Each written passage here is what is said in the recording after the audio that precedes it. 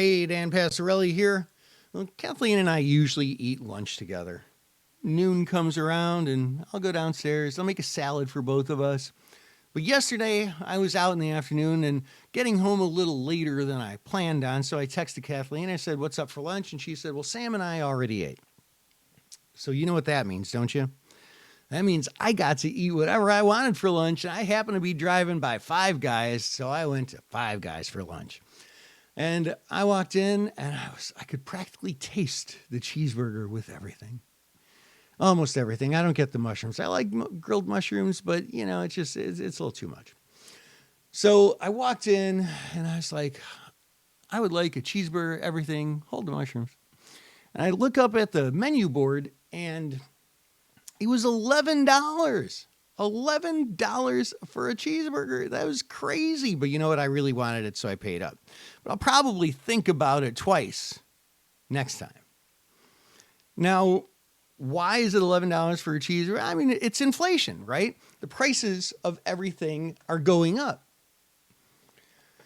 Now, that's starting to soften a little bit, but our price is going to go back down. I don't know, probably not. But I'm not going to be paying $11 for a cheeseburger anytime soon, and neither are the people who recently got laid off, because employment has been softening some. I'm thinking along these lines really because of an article that I came across here. I came across it in Thinkorswim. I just looked under the news for SPY, and I saw this thing that I guess I've been thinking along these lines, but the guy put it pretty eloquently that, and it was a guy named Wilson, who is from Morgan Stanley, Mike Wilson from Morgan Stanley. And the good takeaway quote is that falling inflation, especially for goods, is a sign of waning demand. And inflation is the one thing holding up revenue growth for many businesses.